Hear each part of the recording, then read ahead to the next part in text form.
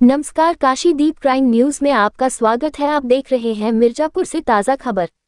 अखिल भारतीय ओम वैश्य महासभा रजी 0 की आवश्यक बैठक सुंदरघाट जयप्रकाश ओम के नवनिर्मित आवास पर संपन्न हुआ।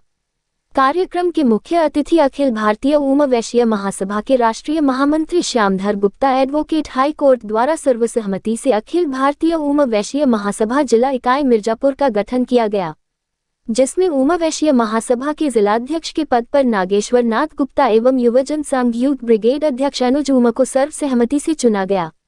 बैठक को संबोधित करते हुए राष्ट्रीय महामंत्री श्यामधर गुप्ता ने कहा कि कानपुर की ओम वैश्य महासभा 97 वर्षों की महासभा हो चुकी, लेकिन आज तक अपना पहचान खुद नहीं बना पाई, तो पूर्वांचल में रहने वाले ओम वैश्य समाज की पहचान क्या बनाएगी।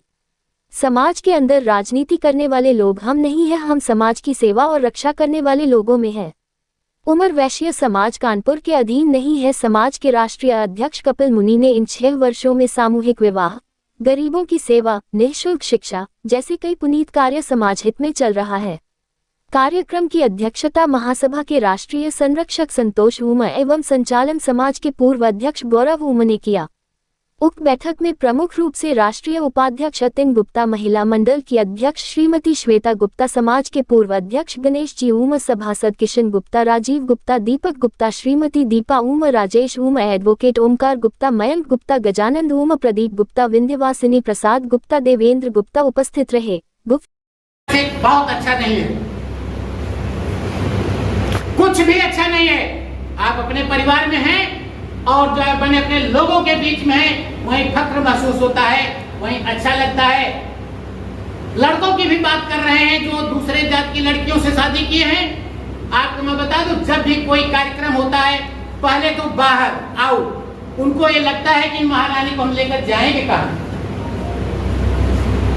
जाएंगे कहां। नहीं, जो लड़के हैं भाई, बेटियां लड़कों के यहाँ आई हैं, हमारी दूसरे के यहाँ जाएंगी, तो हमारी जो समस्या है उस पर हमको फोकस करना है कि हमारी बेटियां हमारे समाज में ही रहें। अगर दूसरे की बेटियां किसी तरीके से, एक तो हमारे समाज के लड़के इतने फास्ट हैं भी नहीं कि माने कि भारी संख्या में दूसरे समाज की बेटियों को ला सके।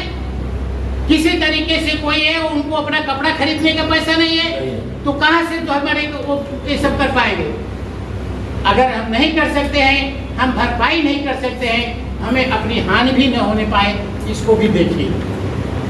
मैं आपको बता दूं, आज जो हमारे समाज की स्थिति और खराब होती जा रही है, उसका एक बहुत बड़ा कारण है कि हमारे समाज में बेटी की जो पिता है, बुराई नहीं कर रहे हैं, जो चीजें वो सही है। बेटी का पिता आज जमीन पर रहता है, आकाश को चूमना चाहता है। अपनी बेटी को ठीक है बहुत बढ़िया जगह पहुंचाओ, लेकिन बेमेल शादी वो करता है। वो पढ़ाने के नाम पर कि हमारी बेटी ये पढ़ रही, वो पढ़ रही, वो पढ़ रही है, पढ़ाने के नाम पर दुनिया भर में भेज दिया है। बेटी एक दिन फुर हो जाती है। मैं आपको बता दूं, मैं कोई भी चीज बनाकर नहीं कर रहा हूं, ऐसे बेटियों की मेरे पास पूरी लिस्ट है। 1 साल पहले तक जो कहते थे कि मेरी बेटी दिल्ली में IAS की तैयारी कर रही है, दूसरे ही साल उसकी शादी दूसरे प्रांत में होती है। और भगवान चाहेगा आप अपने घर में भी रखेंगे बेटियां, यहां भी पढ़ेंगी तो भी नौकरी पाएंगे। भी हमारी एक छोटे भाई की पत्नी सेंट्रल स्कूल में 70,000 रुपए पर उसकी नियुक्ति होने जा रही थी, हो गई थी नियुक्ति, लेकिन दूर होने के कारण हम लोगों ने ज्वाइनिंग नहीं करा। मेरी खुद बहू यही गोपीगंज की, यही बगल के एक कॉलेज में 20,000 रुपए वेतन पाती है। आज पहली बार मैंने उससे पूछा कि बेटा तुम कितना वेतन पाती थी? वह बोली कि पापा मैं 20,000 वेतन पाती थी। हम कहा तो हमारा तुम बहुत नुकसान करा रहे, जाओ पढ़ाओ। आप कह दीजिए पढ़ाएंगे, लेकिन नहीं। तो पहले उसको, हमारे पास सिस्टम है, हम दूसरे सिस्टम में उसको लगा देंगे, वो पैसा मिलने लगेगा। बेटियों को भी आप लोग खूब पढ़ाइए, बट अगर सब लोग अपने समाज में शादी करेंगे तो भी कसम ले लीजिए ना कि बेटी की शादी हो जाएगी तो बाप ससुर पढ़ाएगा। आज सबके सबके पास एक बेटा एक बेटी, दो बेटा दो बेटी है, दो से कम तो रहने नहीं चाहिए।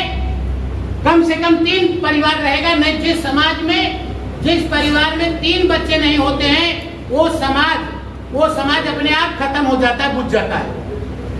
आजकल आप देख रहे होंगे कि भारतीय जनता पार्टी भी कुछ प्रचार कर रही है, और मैं आज पिछले 5 सालों से कहता हूं कि हमारे समाज में प्रत्येक परिवार में कम से कम 3 बच्चे होना चाहिए। अब बहुत से रसूखदार हैं, वो कहेंगे अरे यार कहां से पैसा आएगा पढ़ाने लिखाने के। जो गरीब था क्या वो पढ़ करके, हमारे पास तो एक को भी खेत नहीं था, लेकिन आज बिल्डिंग तैयार हो गई। आज जो है कहीं ना कहीं भगवान ने और भी चीजें सब दे दिया, 2 4 व्हीलर दे दिया। तो ये पैसे कौड़ी मिलना, नौकरी मिलना, कमाई होना, ये प्रभु की कृपा पर और आपके परिश्रम पर डिपेंड करता है, ये इस पर डिपेंड करता है। तो सब लोग इस बात को माने ध्यान में रखें कि बहू भी है, अगर वो पढ़ना चाहती है और आप सक्षम हैं, पढ़ा सकते हैं तो पढ़ाओ। आज तो मैं आपको बता दूं, पढ़ने के लिए कहीं जाने की जरूरत ही नहीं है। आज तो सब मोबाइल में भरा है, बस केवल ये चाहिए कि आप अपने यहाँ बैठ करके पढ़ाई करो। एक टाइम टेबल बनाओ। जैसे हमारी बहू आई, मैंने उसको बोला कि बेटा 4 घंटे 5 घंटे तुम पढ़ाई करने के बाद तब चाहे जो काम करो। हमें 4 घंटे 5 घंटे पढ़ाई से तुम्हारा रिश्ता होना चाहिए, ये दिखाई पड़ता है।